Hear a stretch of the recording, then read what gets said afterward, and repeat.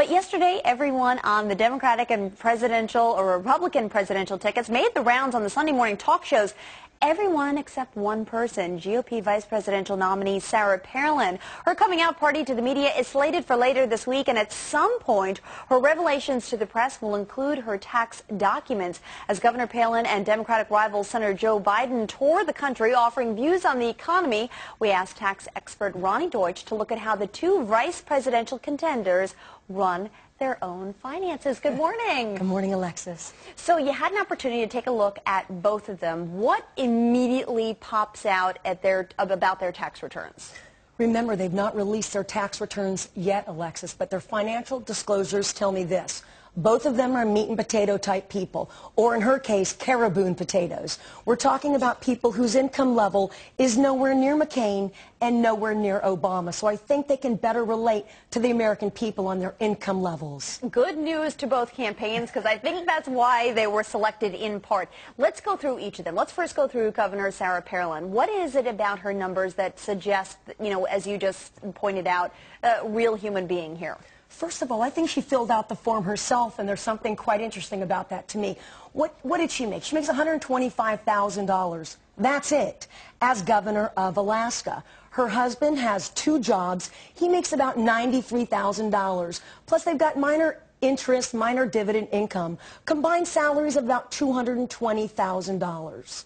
Okay, when you look at her plans and her filing of her tax plans, what is it that you find that is sort of similar to the McCain ideology, or what is perhaps different to the McCain ideology as it relates to taxes? Okay.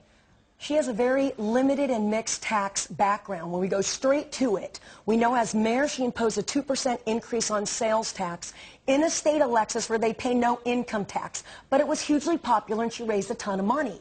Gas tax, that's something they have in common. She suspended gas tax. Wouldn't that be great if you and I didn't have to pay gas tax? McCain is all for that.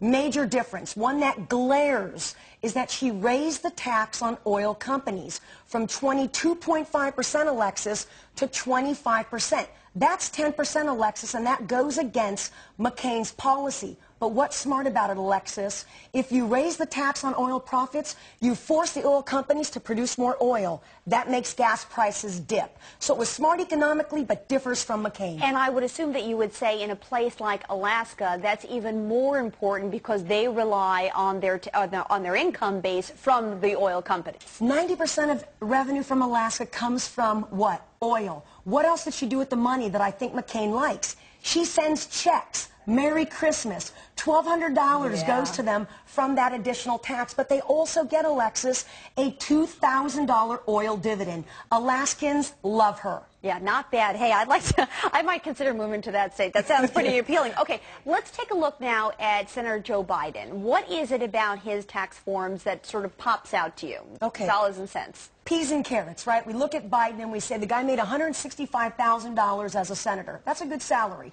He also has a teaching stipend, about $20,000. And he's also writing a book. Congratulations. Got a $112,000 book advance from Random. Plus, he's got a lot of sophisticated transactions with stocks, with capital gains. But again, Alexis, he is not extremely wealthy. He's not at the McCain level.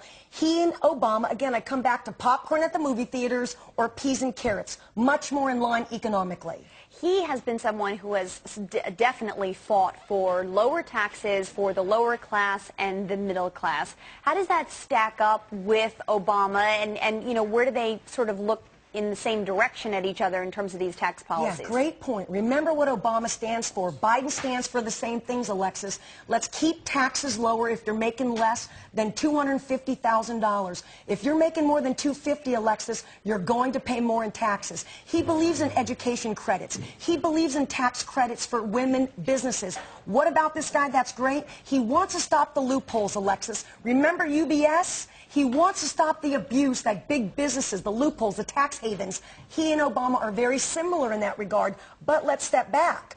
You and I talked about Obama changing his corporate mind. He has. He does not now want to raise corporate taxes. That's important to our economy. But Biden has always voted against any type of tax breaks for corporations. Very interesting that Biden is saying, hey, got to look out for the small business owner, not the big business owner. Yeah, no, interesting point there, because I'm sure that corporate tax rate story will become bigger in an economy like this, particularly given the news that we've heard about Fannie and Freddie over the weekend. Yes. Okay, now, just before we wrap up here, when you look at both plans, is there something, I don't know, good versus bad that pops out at you with each of these vice presidential nominees? Okay, look at Palin and look at Biden. We're talking about a barracuda, and we're talking about a guy that knows Washington. He speaks the language of Washington, and he knows the sport of politics. What I love about both of them, Alexis, is they're going to both go after the IRS. That woman and the fact that she took down corrupt public officials tells you and I what, Alexis? She's going to stop IRS abuse. She's going to help fix things there. Biden has already stood up and raised his hand and said enough is enough. Get rid of private debt collectors at the IRS. What fires me up, Alexis, and what I love about both candidates is they're going to fix our system. Remember, it's not just about raising taxes, Alexis, or lowering them. You and I have got to be concerned about what? The IRS and what their business is about, so it helps our system and it helps taxpayers understand it better and ultimately have a much better, life when it comes to tax issues. Well, I love your enthusiasm. You're great. All right, great points. Excellent. Thank you so much for breaking down the numbers, because we're actually going to talk to both camps in just a short while. Alexis, look forward to seeing you in California one of these days. Thank you for having me. You're wonderful too. You are the Appreciate best. it. Okay, Great thank seeing you. you.